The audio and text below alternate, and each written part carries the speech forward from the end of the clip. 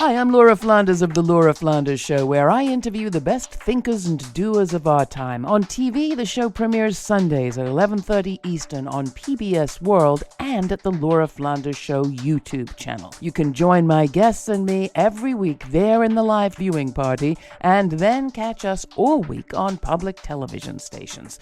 Prefer to listen? Find us on a radio station near you or subscribe to the free podcast. You'll find listings and ways to subscribe at lauraflanders.org. That's also where you'll receive my regular commentaries. I call them the F word. Here's this week's. You checked your American exceptionalism lately?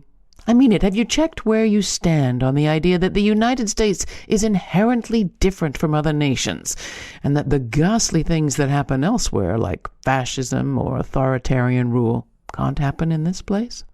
I thought about that recently when I had the pleasure of interviewing Arundhati Roy, the renowned Indian novelist, essayist, and activist. This spring, the good people at Haymarket Books are publishing a second edition of Roy's latest collection of essays. It's called Azadi, Fascism, Fiction, and Freedom in the Time of the Virus. And in it, she brings readers up to date on, among other things, the state of democracy in India.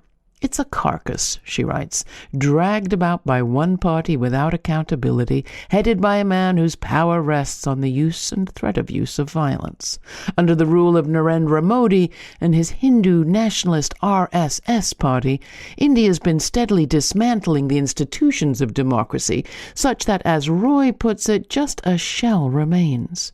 A situation where elections can only be fought by people who have money, and social protections and rights exist on the books, but only in real life if you're considered to be of the right race, religion, gender, and class.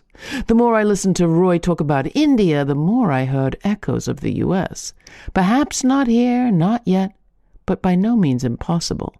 As Stephen Marsh, author of The Next Civil War, wrote in The Guardian recently, 2022 is kicking off in the U.S. with elected sheriffs openly promoting resistance to federal authority, militias training in preparation for war, threats against members of Congress up by 107%, and death threats having become a part of the daily work life of election supervisors and school board members alike.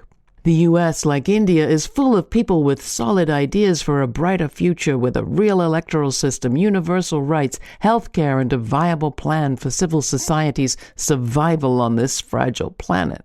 This is the same Arundhati Roy, after all, who 19 years ago memorably said that another world was not only possible but breathing. I asked her about that this week. She'd be a fool to claim that her sunny outlook of those days had taken no hit since, she said. Fascism's also been breathing, hot and heavy. We'd be fools to be fooled into believing that our situation was inherently different. You can catch my interview with Roy on community radio and public television all this week, and download the full unedited conversation as a podcast from my website, lauraflanders.org. And thanks.